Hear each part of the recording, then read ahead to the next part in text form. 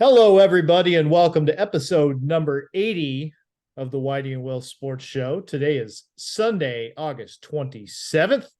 And that's right, episode 80, round number. Feel like we should commemorate that somehow, I guess, by spending 10 seconds making a big deal out of it. But We'll have to make plans for episode 100, Whitey.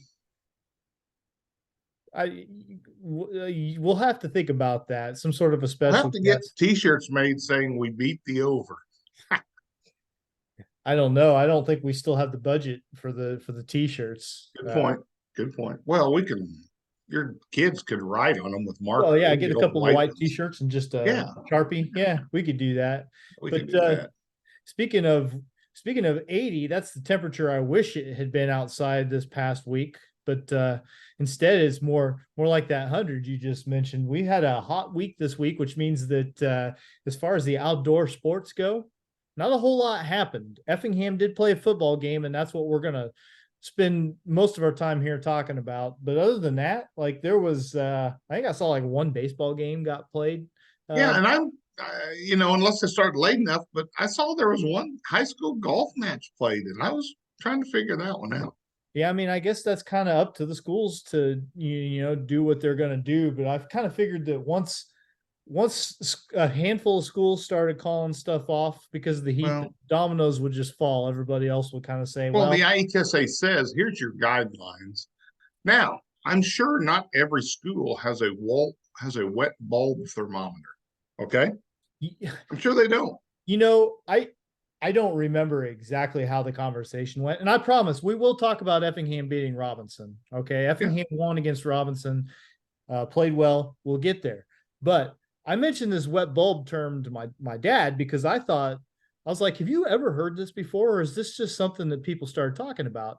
And he started telling me some old farmer stuff about a mercury thermometer with a wet sock on the end of it and spinning it around until it dries, and that's how they used to figure out what the wet bulb number was. And he lost me at some point, but he knew exactly what it was, and That, or he knew what he was going to tell you. he had that elaborate lie prepared just in case I happened to ask him. I'll ask the Hall of Famer who was a farmer, grew up on a farm, if he's heard it.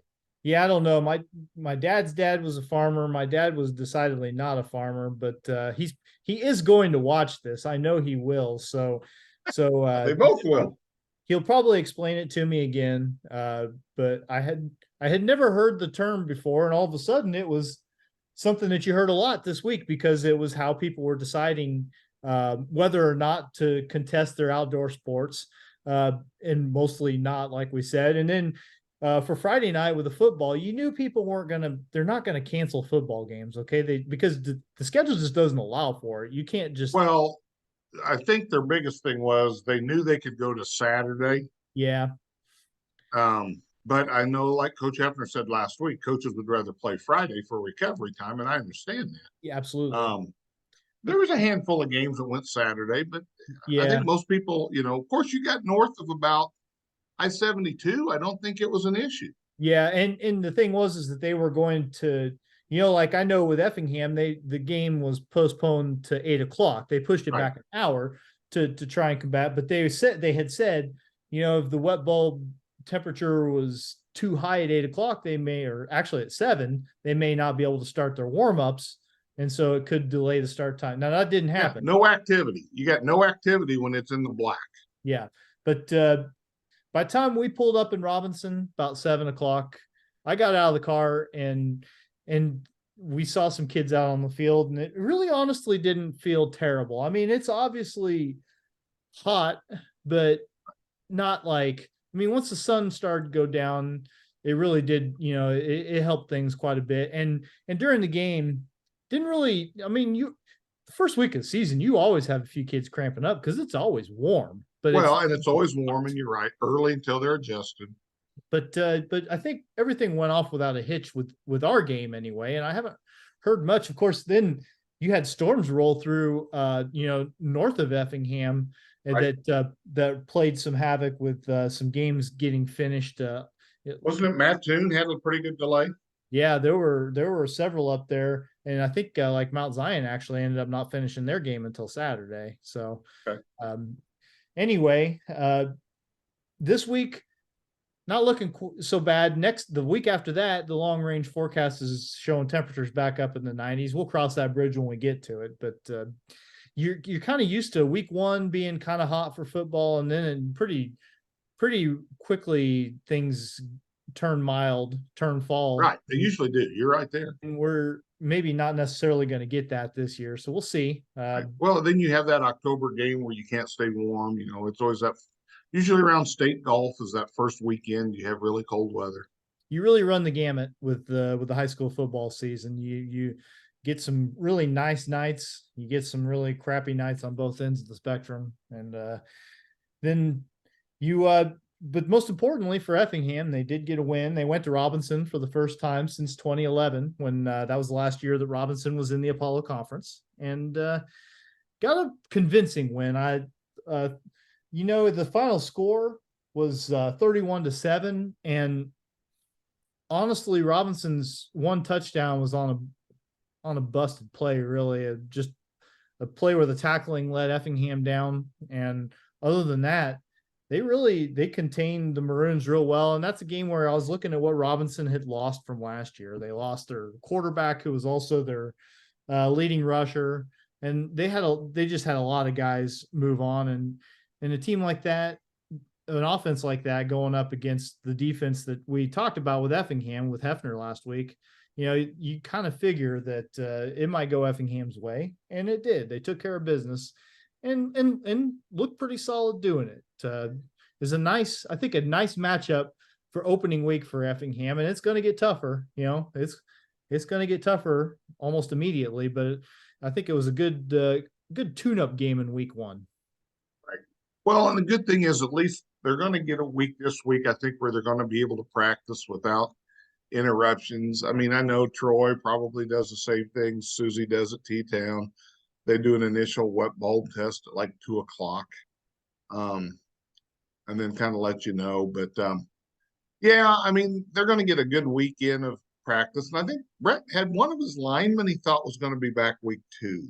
Yeah, that was that's good. It didn't sound like there was any injuries other than some kids cramping up. It didn't seem like it. It didn't seem like it. You held your breath a little bit. Eli Middendorf went down at one point, but he walked himself off the field. And I think that was, I don't know if it's cramping or if he got the wind knocked out of him, but it seemed like it was a temporary thing. He's back out there a little bit later. So yeah, you had a few kids that needed to, get some calves stretched out and stuff like that, but it was nothing more than what you see during week one a lot of times. Did they designate water breaks where they'd send the teams to the sidelines? Well, they did in the first quarter, but then it didn't really seem like it happened as much. There was one unaccounted timeout, where neither team was charged in the first quarter. And after that, I didn't notice anything. I will say Robinson had on each sideline a couple of big they had hoses hooked up to them, and they were like misting out cold air, Okay. So I think the kids were able to gather around that and help themselves a little bit there.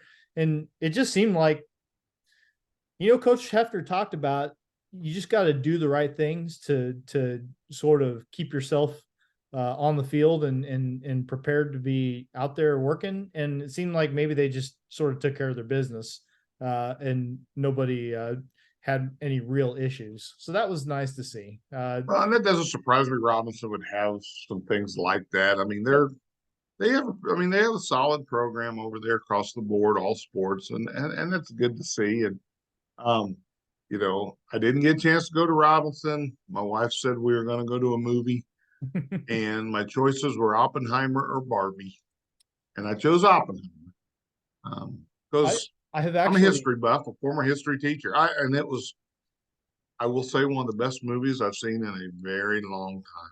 I have not seen either one, but I've heard surprise. Like when I saw there was going to be a Barbie movie out, I kind of was like, well, what is this exactly? But I've heard that it's actually, it's there's a little more to it than it's not just a stupid movie. So yeah, I wasn't going. So I did my Oppenheimer, and it was 3 hours and didn't seem like 3 hours. Probably will rival Blazing Saddles on my list of all-time best movies now. I'll see them both eventually, I'm sure, but I don't know. There's a Ninja Turtles movie in the theaters that we're probably Yeah, more I saw that, and that wasn't an option either. I said, we're probably more likely to catch that one in the theater before anything else. So we'll see. well, that's good.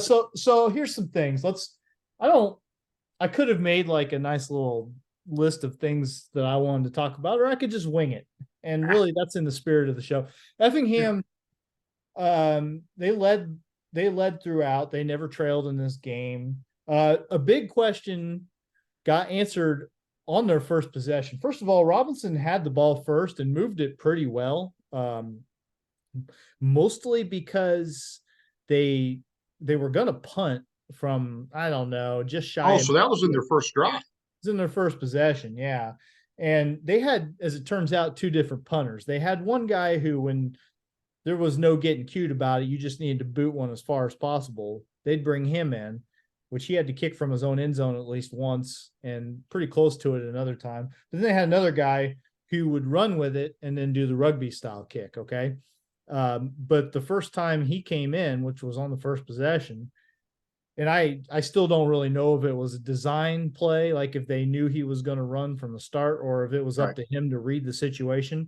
But he ended up taking off 40 some yards downfield, and so instead of forcing the punt, Effingham had to stay on the field. But once Robinson got the ball all the way to the 1 yard line on its opening possession, Effingham's defense stiffened up, pushed him back a little bit, and to the point there wasn't a penalty in there because Robinson barely got any penalties, and we'll talk about penalties in a second. But they were able to push him back to where they had to throw on fourth down, and it was I'm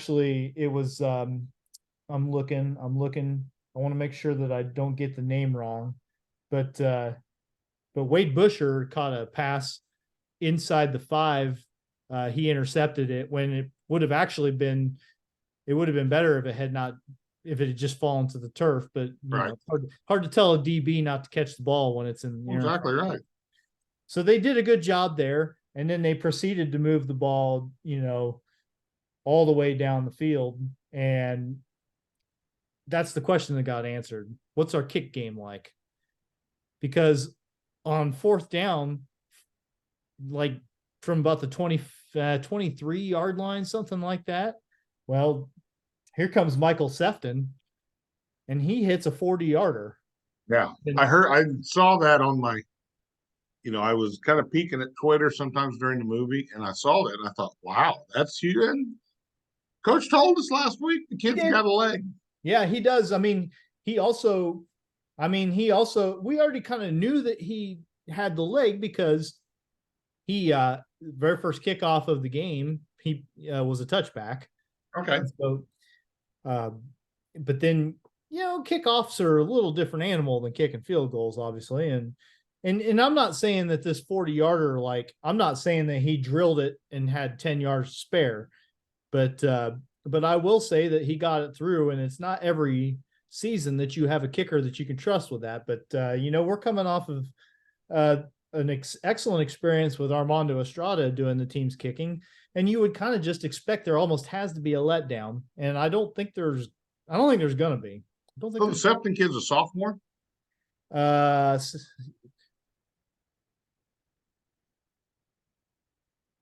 I'm looking for him on the, I want to make sure that Didn't intend to throw you a curve this early. he's sophomore. He's sophomore. Okay, that's why I just thought Brett said that last week. So that's that lets a coach kind of exhale and know he's got 3 years of quality kickoffs and an offensive weapon. Yep. And so you get that 3-0 lead. Defense looks much more like what you expected from there on out. And then you can start to settle in a little bit. You get your good field position, and you're able to move the ball a little bit. Now, Weldon Dunston had a great game. He 180 yards, 30 carries, and he's the only running back who took a carry in that game. That's when I saw that surprised me a little bit. I thought, especially in that fourth quarter, you might give another kid a chance just to get their feet wet. Yeah. They just kept going to him. I guess it's when you're up by 3 scores, you're comfortable, but Oh, I know you you can't don't have turn it. it over, but Yeah. it's nice to have that defense, in your hip pocket. Yeah. But we knew Dunstan would be okay. He's not someone you're worried about. I guess the real question is, with a new quarterback, how's Gage Gillum going to do? And on their second possession, which came in the second quarter, because like the entire first quarter was made up of Robinson's opening possession and most of Effingham's first possession. They didn't score on that until the second quarter. So that pretty much ate up the entire first quarter. Second possession, they ran one play. It was like a 41-yard pass over the middle. Gillum hit Andrew Lutz, which turned out to be Andrew's only catch, but it was pretty. And it showed you that Gillum's got the arm. Okay. He's got the arm to make that throw. And then they punched it in from 13 yards out. After that, Dunstan ran it in from 13 yards, 2 plays, and you're up 10-0. Getting away from just like a blow by blow account of the game, talking about Gillum, he made that throw. I actually thought that the throws that gave him the most trouble were probably the shorter ones, the ones where you needed to hit a guy in stride. He got a little excited at times, would lead a guy too far or throw behind him. And those were the shorter routes. His other best throw of the game was toward the sideline when he got Brody Belcher caught a pass coming to the right sideline, I think it was, and it was a really good throw where Belcher had to concentrate, get the catch, stay in bounds with it, but also the quarterback's got to put it on a spot, right? He's got to put it on a spot, and he did. So you underthrow that, it could be a pick six going the other way. Right. 2 downfield throws were awesome. Some of his shakier throws, some of his less accurate throws were actually just short routes where they're just trying to kind of dump it off and go from there. But I thought Gage looked pretty good, all things considered. They didn't have to throw a ton because they were running it well. And I think that's probably what they want. I mean, it's always what you want, right? Like, sure. I don't think you ever go into a game saying, boy, I sure hope we throw 35 times, because unless you're Mount Zion. Well, there are a handful of programs that operate that way, but I think Illinois high school football, especially in this part of the state, teams just don't have that. They just typically don't have the athletes for it. Right. Right. So, I thought for a first varsity start, pretty good job by Gage. There was a touchdown catch. Jacob Webb had it, a tight end. And you wondered, because that was another thing that Effingham graduated, was a couple of tight ends who did a lot for them, not just in catching passes, but also in the blocking schemes. Mm-hmm. And honestly, they ran some of the same plays to Webb and to Hunter Reed, who is listed as he's listed as a fullback, but he also caught some passes sort of out of a tight end set. I think they did some of the same things that they did last year pretty successfully. I mean, there were a couple of short pass plays last year that you saw them set up, and you're like, okay, as long as he makes the throw, we're gaining 12, 15 yards on this play, because it always works. And they were able to go to that well and do some of that stuff. But defensively, real good. Really liked what I saw. They were just too much for Robinson to handle, and that's going to be the recipe for success this year. That's going to be where that's going to be where it all starts, is being difficult to deal with on that side of the ball. Well, from listening to you and Greg, sound like they were pretty physical. Yeah. Michael Love is not going to run into a lot of people who can block him one-on-one. Okay. He is too quick, too strong. And that's it. I mean, 6'1", 215. I mean, that's obviously a well put together person. Don't get me wrong. But he's not. I saw what happened to his brother when he just totally dove into the weight room, and that's what Michael's doing. Mm-hmm. Yeah, I mean, that's the thing. He's not huge. Middendorf is a huge kid. Okay, Middendorf is a big athlete. So he played the other end. What's that? Bettendorf on the other end. Yeah, and kind of up the middle sometimes too. Like he'd kind of find his way right to the middle of the field a lot. Now Yeah, because you got the ring kid. Who's your other tackle? you had well, let's see. Coberline was on the. He was in Who's the. number 75? Yeah, well, Middendorf is 75. Oh, okay. Yeah, you had Ring out there. You had gosh, you had you had it's actually the linebackers that were getting in on things a lot too. Like they were getting their names called quite a bit. Metzner is another one that was mixing it up out there a little bit. Caden Metzner. I don't know. They really had a they hit. I'm looking to see. I'm trying to think who all. Maddox Burner had a couple of pretty good plays out there. They really just had a lot of That's guys good. get in on the action, so that was good. But and Spencer Fox too, another guy out of the linebacking that really did a nice job of getting in there, getting in the backfield at times.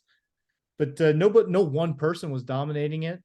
But just Love was the one kid that I found my eyes going toward the most because you just watch him just bullying people, like just running them down, and not it didn't slow him down any, like he just pushed him backwards about as fast as someone like me can run. So but Middendorf would get in the middle of the field occasionally, and they sacked the quarterback 3 times in the first 2 or 3 possessions too.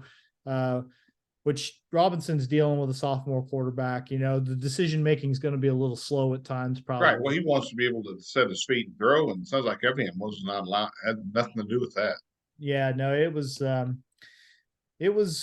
nice effort. And then also, um, you always wonder the secondary was going to be more inexperienced, but I thought that Busher and the that let's see, Cam Raditz. Thought Busher and Cam Raditz did a pretty good job in the defensive backfield. So that yeah, they did a nice job in the secondary. Well, how many Browns, total yards does Robinson have? Robinson had. I'm looking. It was 170, 178, and 120 of it on 2 plays. right, yeah. They had a 78-yard pass play for a score that made it 17-7. And it was just a little screen pass, and the kid went down the left sideline. And I think I'm going to guess that was pretty early in the film session for the team because if you're not going to tackle him, somebody's got to at least shove the kid out of bounds because he was, I Yeah. mean, right along the sideline. I don't know how he stayed in, honestly, but he did. And so that's it. And then the fake punt or the Right. whatever it was. So Yeah. So 120 of your 178. So other than that, you held them to about 60 yards. that pass play was their only first down in the second half. Okay, they didn't Oh. they didn't get a first down other than that. They Well, that didn't. wouldn't be a first down. It was a touchdown. You don't give them a first down for that, do you? Well, I that the when I learned scorekeeping from the one and only Sam Rickelman, he always had us give touchdowns as first downs. So I go ahead and Okay. write it. All right. So if anybody ever takes issue with my stat keeping, subtract the So if touchdown. it's first and goal at the 1, a touchdown's a first down. See, it would be fun to argue with Sam because it was always fun to argue with Sam because you never won, and he'd eventually get kind of snippy with you, but it'd be fun. Yeah, that's it. I don't know. I mean, that's just the way I have always done it. I almost texted you when you were talking about that the other night, but I didn't want to distract you. I think the larger point remains though that Robinson didn't move the ball much. Really, Right. Well, no, after his that's first after his first possession, I don't think the Maroons. I don't think they got more than probably a couple. You know what I'm saying? Like, uh, looking to see what else I want to talk about here. Jacob Weaver did the punting, did a pretty good job. His first one was a little shaky, but he got better after that and got some Yeah. pretty friendly bounces. So that's another thing that Effingham's always had pretty good punters, and I don't know, people probably overlook that a little bit as how important it is, Important. but it matters. I mean, Oh yeah. especially when you're going to, I don't want to say be carried by your defense, but have your defense probably be the focal point. Yeah, it becomes a field position game at times, and it's important that your punter can help, and then say, "All right, boys, go have that." Yeah, I mean, I think the biggest concern with the team was the offensive line, and I didn't see a lot there that worried me, but I don't know that Robinson was going to be the team to put a lot of that Get a together. good test about it. Now, if you come out this week and you dominate again, now you can start saying, "Okay, Mount Carmel got beat this week, but they're playing a team from Indiana that I know nothing about, yeah, and a team that was apparently pretty good last year. So, that's all right." I mean, East St. Louis got beat also. you know, Coach Hefner, I'll pretty much go with what he says on this stuff, and he seems to think pretty highly of Mount Carmel. I mean, they were a team that made it deep into the postseason last year, and didn't lose a lot. So no reason to believe that they're not going to be a handful. But it's at your place, you know, get to come home and play it. That's always nice. And you know, it was interesting to go back to Robinson. My first year calling games on the radio, Robinson was still on the schedule. That was their last year, and it was a pretty. I didn't remember so many details from it, but that season meant a lot to Greg for a couple of different reasons, and so he remembered it pretty vividly how that game went, and it was an exciting one, and it was nice to get a win over them because I don't. We were talking about it, and like, you know, to the kids involved, I don't know how much the conference defections meant to them, but to people, you know, like us who, you know, see the bigger picture on that stuff, like, it was, I think at the time, a little irritating that so many teams were leaving at once, and that it was leaving the Apollo in a, you know, not a very favorable spot, and so you wanted to send them out with a loss, and you know, I don't know that a lot's changed since then. You know, Robinson's just been kind of a, you know, so okay program, and you know, Effingham more often than not pretty strong. So Kind of like the football gods gave us Litchfield the first game of the tournament of the playoffs in '80, and you know they were the ringleader behind kicking Effingham out of the Mid-State Conference. So, and they were pretty good. But and I was looking, since Robinson's been in the Little Illini Conference, I mean, they're basically a 500 team. You yeah, know, they've been okay. But again, I don't think they've had the run of kids they did back in Terry Roach's day. They were pretty good. Terry had well, some really, really good teams back in the day. and all these districts are shrinking a little bit. Like, Sure, they are. Well, but and just like Coach said, you know, based on numbers, you know, 5A schools, that's another, you know, 25 kids in your program. yep. So, uh, I don't know what else you want to. Anything else you want to touch Well, on for that game, or ask me about it? You know, yesterday I was at the country kitchen eating breakfast at 6 o'clock in the morning. Drove an hour and a half to Staunton in the rain the whole way there. Get there and you can just see the radar on this rain we really weren't supposed to get. Just kind of keeps, first of all, you think, well, we're on the edge. We may be okay. We may get this tournament in. And then it just keeps getting bigger and redder and spreading out. And you're like, well, we got a window of 20 minutes, but yeah, no. You so don't want to get out on the course and and there was lightning in this that was coming. So, you know, we then decided they called it off. So then I got another hour and a half drive home. And, you know, nothing like getting up at 5 in the morning to go to Staunton, spend yeah, about 45 minutes and then drive home. yeah, we got back. You know, obviously an 8 o'clock kickoff Friday night. We got back pretty late. It was well after midnight by the time I rolled into my house, and turned around and got up thinking that I was going to head over to T-Town for the wooden bat tournament there. Yeah, Cover that on the radio. Uh, they called it off because there was some concern that some more rain was going to come into the area. right. Well, and they also I mean, it friend rained of a the lot show, overnight.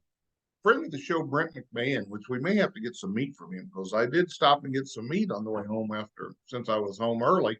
I had some And McMahon's burgers for lunch today. but they didn't put the tarp down because when they got done with their short practice Friday, the sun was still up. And when you put that tarp down, you'll bake it. So they didn't. And for some, I thought he said the tarp on the mound and the plate both got blown off and they were really wet. And the field was pretty wet. Um, so that kind of surprised me. So now you're going to play next weekend where it's going to be almost as hot. Yeah. Saturday showing 90s. Sundays 86. We go to the Alney Invitational, and I always tease Kurt Nealis. He's the golf coach. Used to be the AD at Alney, and you always get there, and their back nines gets a little dry and dusty anyway, and then it's always like 89, 90 degrees and hot, and there's no air movement. You're going through the woods, and it's kind of it can be a tough tournament, but at least we've got some things going. We're gonna play tomorrow at Robinson, and then I got JV Monday, Tuesday, Wednesday. We added actually all three are added since in the last week and a half. So we're trying to get a lot of things going on. But Yeah. yeah, I saw cross country. Effingham girls won a meet at Paris, I think, cross country. Saturday. They ran Saturday. Yeah, ran Saturday. I saw a junior high cross country meet at Alhambra as we're driving through, and it's raining. It's just drizzled in. Got my wipers on, and both of my daughters ran junior high cross country. Jess ran clear into high school. So I've been to these meets, and you go out, you got to run the course or walk the course, and it's raining, and there's about of the 20 kids I saw, because the course came right by the road, at least 8 of them had umbrellas. So I was like, I just go ahead and get wet, because Wait a once you minute. start running, it's Wait going a to rain minute. again. Wait, you're telling me they were running the race with umbrellas? They were doing their walk of the course. Okay. They were walking the course with umbrellas. All right.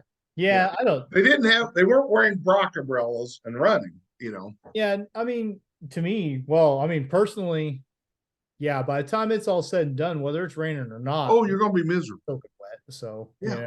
I was like, and they looked to be maybe sixth graders, younger half of the junior high. And I just kind of, I chuckled a little bit going through Alhambra because there's not much else to do going through Alhambra. So at least I was, and when we came home, I didn't see him running a race, but it was still going on because there was cars everywhere. So, well, let me tell you, since we didn't broadcast those baseball games, since they didn't happen Saturday, I made it over to Evergreen Park to see my son play in a soccer game. I missed his first one last they got a big tournament going today too at Evergreen Park. And it's a good thing I got there because he scored the first goal of his life. Wow. Did he take his shirt off or throw it into the crowd or anything? No, here's the thing. He had a whole celebration planned and then he didn't do it. And so we thought, well, he wussed out. He chickened out. He didn't do it. And I asked him after the game, I said, why didn't you do a celebration? You scored the first goal of the game. You put your team ahead. And he's like, we're not allowed to do that. I was like, what? Who's his coach? I got to give him an attaboy. I like this guy. The coach is Sandschafer. It's the is it Jason? Oh, Jason? Yeah. Attaboy, Jason. So no elaborate celebrations. So it's like I'm surprised they don't have walk-up music at 8 and under softball. My daughter's got 8 and under practice today, and she kind of got roped into helping coach. And some of them definitely do. Okay. She's realizing some of the predictions made by her father so far are coming true. Yeah, some of those teams definitely do keep a boombox in the dugout, and they do play the walk-up music for Uh, it's maybe a little much. It's a little much for me, but you do what you want to do, I guess. You know, if I'm the coach, if I'm the I'll put it this way. If I'm the coach, I'm saying, kids, we got more important things to worry about. Like let's just play the game, you know. And if you want music, Teach them to play and have fun. yeah. I can't, But I this guess to them that is fun. I mean, that's it was either Monday or Tuesday, Whitey, when all the schools were first doing their wet bulb, nothing can go on drill. yeah. And I fully endorse. Don't get me wrong. I'm not questioning it at all. But so then I have to stay at work since I don't have to leave for practice. But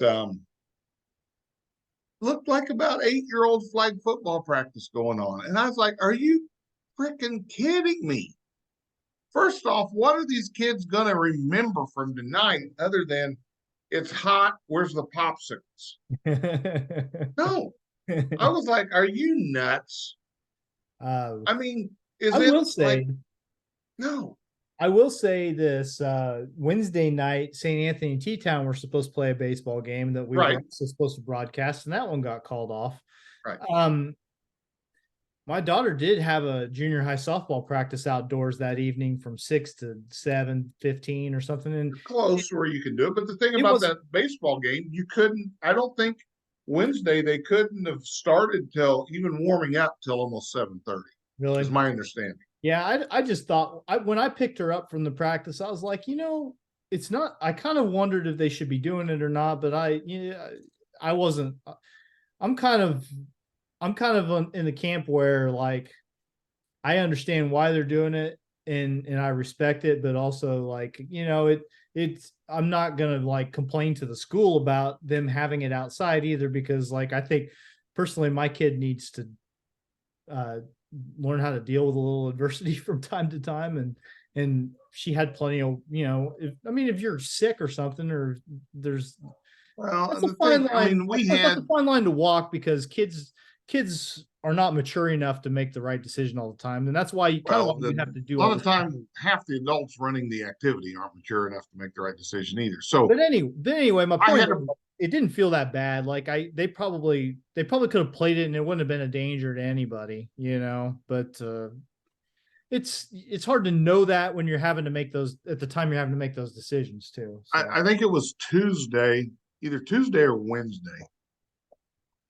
I had a guy reach out to me and was like, why is everything why is golf canceled? That's his exact quote. Why is golf canceled?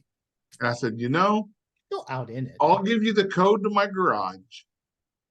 You go get my clubs, go out to country club, walk 18 holes. Sparky, walk it. No, you're not in a cart with a cooler. You walk 18 holes and you tell me, and you got to play your 18 holes in probably 5.5 or 6 hours, because that's about the pace a lot of high school matches are played at, because you always have kids who struggle. And I said, then you tell me physically how that went for you. Well, and that was his answer. He never said a word other than, and that was it. Yeah. Well, especially you talk about the kids who struggle a little bit. I mean, that's a lot of extra mileage that they're putting on too, zigzagging around that course. Well, and the thing is, I watch kids play. We played at Robinson.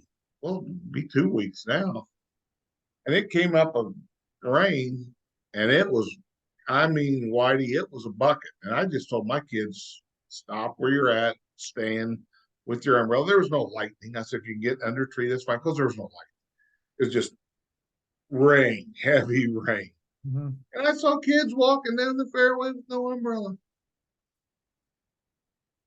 And we modified uh Tuesday night. We went out. Cardinals driving range is lit. Mhm. So I had my JV there from 6:30 to 7:30, and then my varsity from 7:30 to 8:30, hitting balls for an hour, working around the putting green. But you know what? You can see to hit your ball, but after that, you can't tell where the heck it goes. So that was a complete waste. And literally, I've sent out my message on Remind. There will be no more practice Wednesday and Thursday. And I had a lot of kids I know go out and hit balls and play on their own, which is fine. That's totally up to them.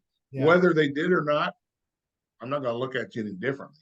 Mhm. But yeah, it was nothing organized. We weren't going to be able to. We I mean, can't go out at 7 o'clock like football can and have practice. um, I just don't remember. I can't recall it ever being like this in late August. I mean, I'm sure it has, but not You'll long. have your spells, but not for a week. I don't remember a week of being under that. I mean, it was like you were under it. I still You went were out and in an got my oven. 3 miles a day on my lunch break. Uh, didn't necessarily feel great about You it. needed to probably get hosed off after that this week. Well, especially in that locker room in Eastern, it's like a sauna in there. You take a shower and you can't dry off. Is this the one in Lance? Yeah. Do the now the old? I'm talking about the showers under the pool. Oh yeah, that's what I'm Back talking. in the day, they would go from cold to scalding hot Oh, to cold. it's the water. Let me tell you something. The water is never cold in there anymore. Okay. No, The it's water not would you even. couldn't control the temperature. Yeah, no, there's no temperature control. It's just either hot, or if it gets hotter outside, the water gets hotter. Oh Okay. yeah, Um, I remember those days. so you go run, I go get a 5K in on my lunch break. It's 97 degrees outside, feels like 115. Go in, take a shower, and the water like hurts my skin. It's so hot. Like I can't even Yeah, stand under it. Uh, that's when you go up into the pool, just jump in, jump out, and that's a shower. Well, I've had people tell me that before. Actually, some faculty types do that. They'll run and then they'll take a dip. Uh, I was in the adult fitness program where you can get in the pool, and I don't know. It's not worth 40. Sometimes if you run that far, you leave a little film on the water. Yeah, I don't think they want me in there. They'd see me coming. They'd be like, "Look at this guy. This is disgusting." Pool's Oh, closed. Too much chlorine. I just suffer. That's just basically what I do. But this week should be better. We're supposed to get a couple some more ball games on the radio. I think T Town's going to Altamont tomorrow, and we're gonna do that one. We're doing a volleyball match Tuesday night on the radio. The St. Anthony and Yeah, I saw Effingham. that. So that's you and Matt. Now Matt coached volleyball though at He Altamont, did. He didn't he? coached at Altamont. He coached, and Oh, his sister Brittany was a real good setter for Altamont back in the day. So see, he's going to sound so intelligent. there's some knowledge there for sure. What's your role? You know, You don't know how to keep volleyball stats, first of all. Well, that's not entirely true. I covered it when I was at the paper. I know what they're keeping track of. I know what a kill is. I know what an assist is. Huh? I know what a dig is. Huh? I can I can So I you will just have a probably. box that has assists, kills, and digs. You just Oh, use the tick marks. I don't know what I'm. Yeah, I don't know what I'm gonna do. Larry Wilson does not have a prototype stat sheet like he does for everything else, like you Yeah, still use. I feel like back when I did it at the paper, and it's been a long time now, but I had every player's name on a piece of notebook paper, and I did have like columns for each stat, and then I just put like a check mark in there. I just told you how to do it. I also kept a running like a running note of each point and who, like how it Mhm. ended. So Like Sam used to do. then I could kind of be like, Here St. was the turning Anthony point. Yeah, St. Anthony scored 6 straight points, and blah blah. So and so served them, and so and so had the kill on 3 or 4 of them. Like I could now that for was an Tuesday. important stat Sam used to do in basketball. He kept that running score, and Mhm, he'd write on one side or the other whoever the team was who scored. So then he knew, hey, in the second quarter, White hit 3 straight threes for Neoga. mhm. It'd be like Yeah, fantasy, but he would know. it helps you write a good story. Sure, it does. If you're able to do it now anymore, all these newspapers think that their reporters ought to be able to take the pictures and do all this other stuff, and so it's a lot more difficult to put that much care into it, but they don't give a shit. So pardon my French, but we I ran can't into tell you that the at the last Daily time News at the the end of last my time I time. saw a Decatur paper whiting, that was my Bible growing up. It's You look at them now, and like on some of their websites, the Effingham Daily News does not do this, but I look at like the Journal Gazette and some of those lean newspapers. the high school scores, the high school sports stories that they put on there. Or They just scores. it's the scores, and they put the quarter by quarter in. So then it like some AI program comes up with like some cute little way of saying it, but all it is basically reporting the quarter by quarter scores, and Yeah. like what's even the point, like Yeah. just list the scores. But some of the, I don't know, it's tough because all these newspapers are owned by larger chains. Yeah. See, print media, I grew up with Sam Rickelman and Bob Falstrom, so It's just I not the was same. well versed. Just not the same anymore because they don't put the same money into it, the same care into it. And Nope. listen, you get They're what going you. to show me today, and the Daily News, and Alex does as good a job as he's able to do. I He's one really guy. feel that. He's one Right, guy. with what he has to work with. But they'll still, one of their main stories will be tomorrow who won the tour championship, and I don't look for that in my local paper. No, because you could go anywhere on the internet and get that information. It doesn't need to Hmm? be on the front page, of what is already. I mean, and that's the other thing is that I don't get a look at the print version of the Daily News very often, but I thought it kept shrinking when I was there. Okay. And now the pages are narrower and there's fewer of them and there's more ads on the ones that still exist. My kids would not mind delivering the Effingham Daily News today versus 18 years ago when they did. Yeah, it's just, and again, like I'm not really trying to point the finger at any person. It's just sort of the way the business is going. Unfortunately, Sure. it makes And me sad again, because that's what I thought I was going to do with my life at one time. You know what I'm yeah, saying? but again, kudos to Alex. I think for what he has to work with, he does a good job. Well, anything else we need to talk about? We're somehow no guest. Minimal things to talk about. Well, it's just we're still an hour. Yeah, it's just how it is. You know, uh, Well, we talk both about how have trouble. talk about how good the Braves are for a little bit if you want to. We could we could talk about how We I can think do the it. Bears are gonna have a solid season this year. I'm in my annual talk myself into the Bears Uh, period of I time. quit watching the NFL when the Rams left. I was done. Sometimes on a Sunday, if I need something to nap to, I'll watch a game, and then it puts me to sleep pretty quick. I'm I don't do fantasy football because I do it, but it's poor. I do a poor job of it.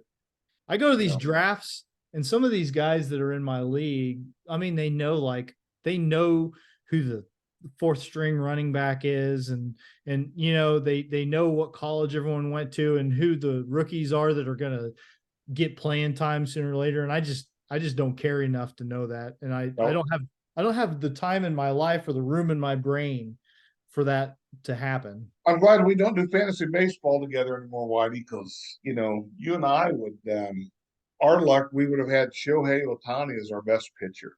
Well, um, I still like to think I mean, don't look at the standings in my NL only league this year, but overall, I like to think I'm still a pretty solid player at that. But we've never had to deal with the Shohei issue because it's a National League only league. My So understanding is that from I talked to a guy who's still in the league. He's two separate players.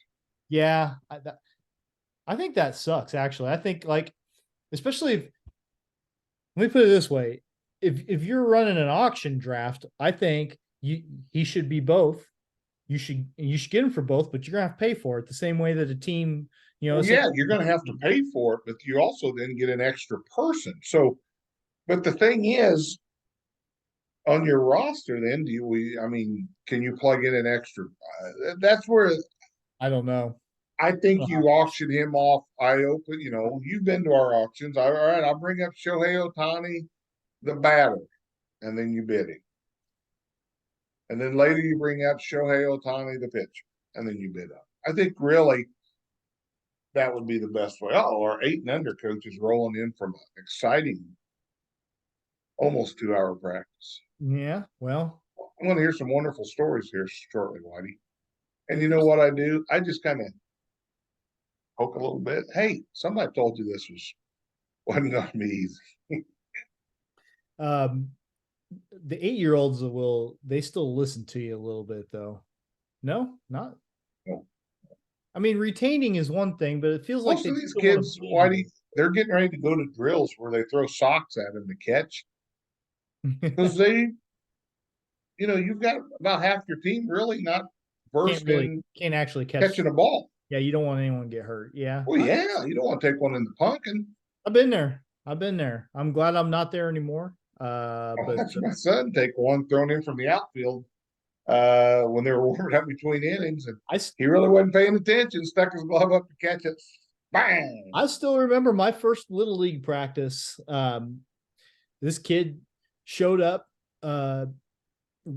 Coach told us to play catch. Very first throw to him, right in the face. Right in the face. He couldn't catch. Didn't know how to even use a glove. Ball hit him right in the face. His mom, who had never left because I think she was afraid something like that was going to happen, scooped him up, took off. We never saw him again. Did she yell any obscenities at you? I wasn't the one threw it to him, so Oh, I thought you were the one that threw it. no. I was playing catch with somebody else. I was coaching in high school. I was coaching Little League when I was in high school. Me and a buddy did. And I looked out, and my right fielder had a bag of popcorn. He's eating freaking popcorn. He's got it in his glove, eating popcorn during the game. There's, I was like, what are you doing? in some little league games, there's probably not much else to do out there besides. Yeah, but we weren't very good, so you were going to get some business in the outfield. This was when the draft, I inherited the old B&H clothing team who had been champions of the league, and they were all second-year players, okay? So I had 0 returning players, and I picked, I don't know, let's say there was 10 teams. I picked 10th in the draft, and then 20th, and then 30th. And then eventually I got all the kids who were left. I had not filled, I maybe had 5 kids, Whitey, and then they just gave me the rest of them.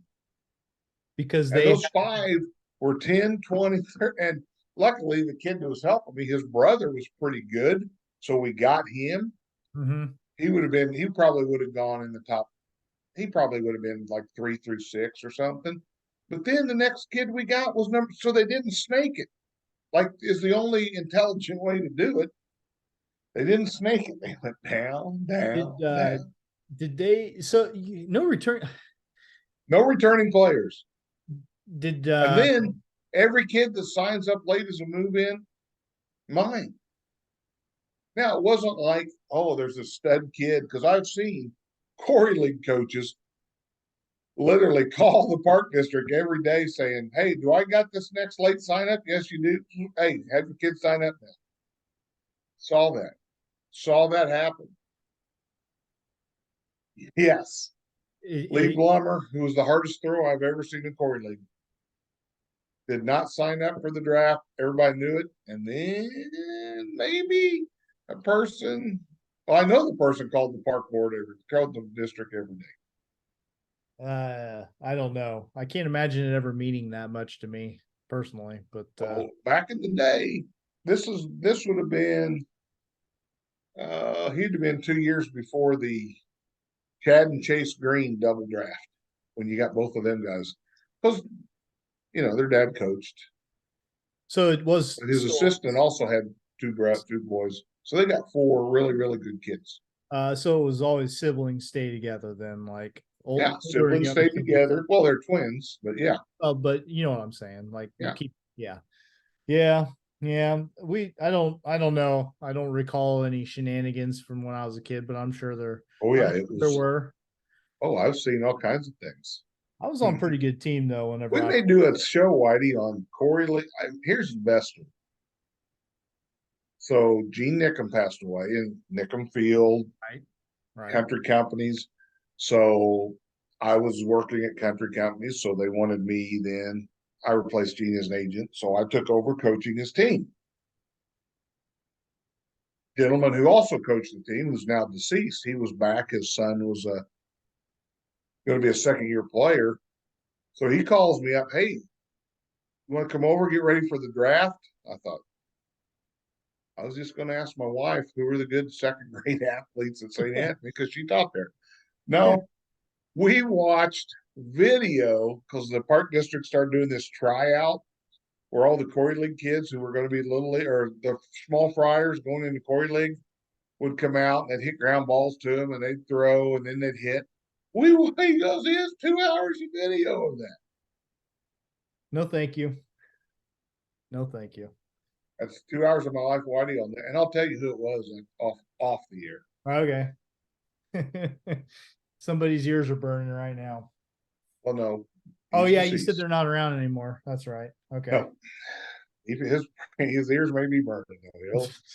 Yeah, I may have bad luck the rest of the day. All right. Well, hey, listen. We probably ought to wrap it up. I got to get my kid to a pitching lesson. So there you go. But we'll talk some more Effingham football next week. Hopefully, have a few baseball games. Hopefully, our Hearts will be 2-0. That'd be nice. It'd be nice. I don't care if they were. I mean, getting a win against Mount Carmel and Tiddly. Hey, we beat them in golf so far. The only time we played them this year. Yeah, I mean that's one of those schools that just yeah, they're fun to beat. Yes, that's a good way of putting it. But their boys golf coach is a young lady who golfed at Mount Carmel when my daughter was golfing in high school. Great young lady. She actually came over to me at the first tournament we were at. Says, "Do you remember me?" And I go, "Yes, I do." So that was good to see. I'll probably see her Friday. She'll be down at Alney. All right. Well, we will talk about all that probably in a week. Sound good? Sounds good. Yep. Hey, listen, if you haven't subscribed to this channel, if you're watching this and you haven't subscribed, I don't even know. I haven't checked our subscribers yet since we took that summer break. It's like 160. Oh, it's growing a little bit. I still think we push to 200 and you get a flat top. I really have been, especially that would be good. 100th episode, you getting a flat top on the 100th episode. Especially this last week, I've really been thinking like, gotta do something. You know what? But I just don't know about a flat top. I've just never seen anyone pull it off. Is the problem? Oh, now you're hurting me. All right, we'll talk to you later. We'll discuss that some more, but probably not real seriously. All right, take it easy. See you, Whitey.